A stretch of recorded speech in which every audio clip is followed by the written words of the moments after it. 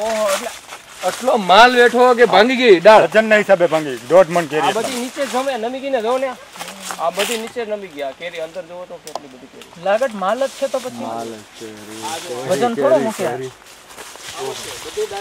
બધી ડાળો આમ છે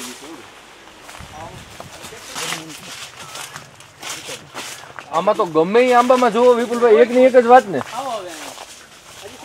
ડાળમાં નકર તો આ બધું ઝૂકી ઝૂકી જતી હતું ભાઈ. હવે આ માલ છે ને હવે એકદમ પાકી ગયો. હા એના ઉપર શું છે ભભૂતિ ચડી જાય ને ભભૂતિ લાગી જાય આમાં ભભૂતિ લાગવા માંડી હોય એમાં ગોળ થઈ જાય ને એટલે આ કેરી દીટ બેસી જાય અને ભભૂતિ આવી જાય એટલે માલ તૈયાર.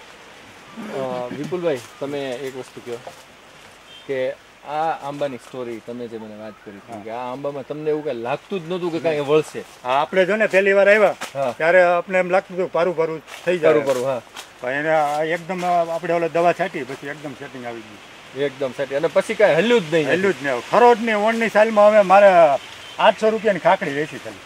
800 રૂપિયાની ખાકડી વેચાણી. આ કેટલો કવડો બગીચો કવડો બગીચો છે 210 આંબા.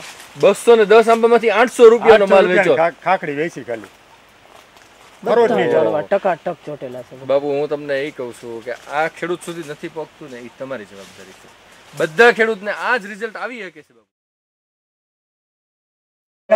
જો તમે આ જો આ સાઈઝ જો આ માલ જો આ માલ જોઈને ઈજારાવાળાના મોઢામાં પાણી આવે કે નથી આવતું?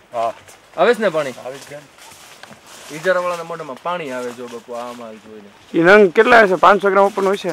હા અમે આગળ આ બે બોક્સ ઉતારીને મોકલ્યા માર્કેટમાં નાખો ઉતાર્યા 31 થી 32 કેરી આવી એક બોક્સમાં. 32 કેરી. 32 નંગ. કેટલા 10 કિલોમાં? 10 કિલો 10.5 કિલો.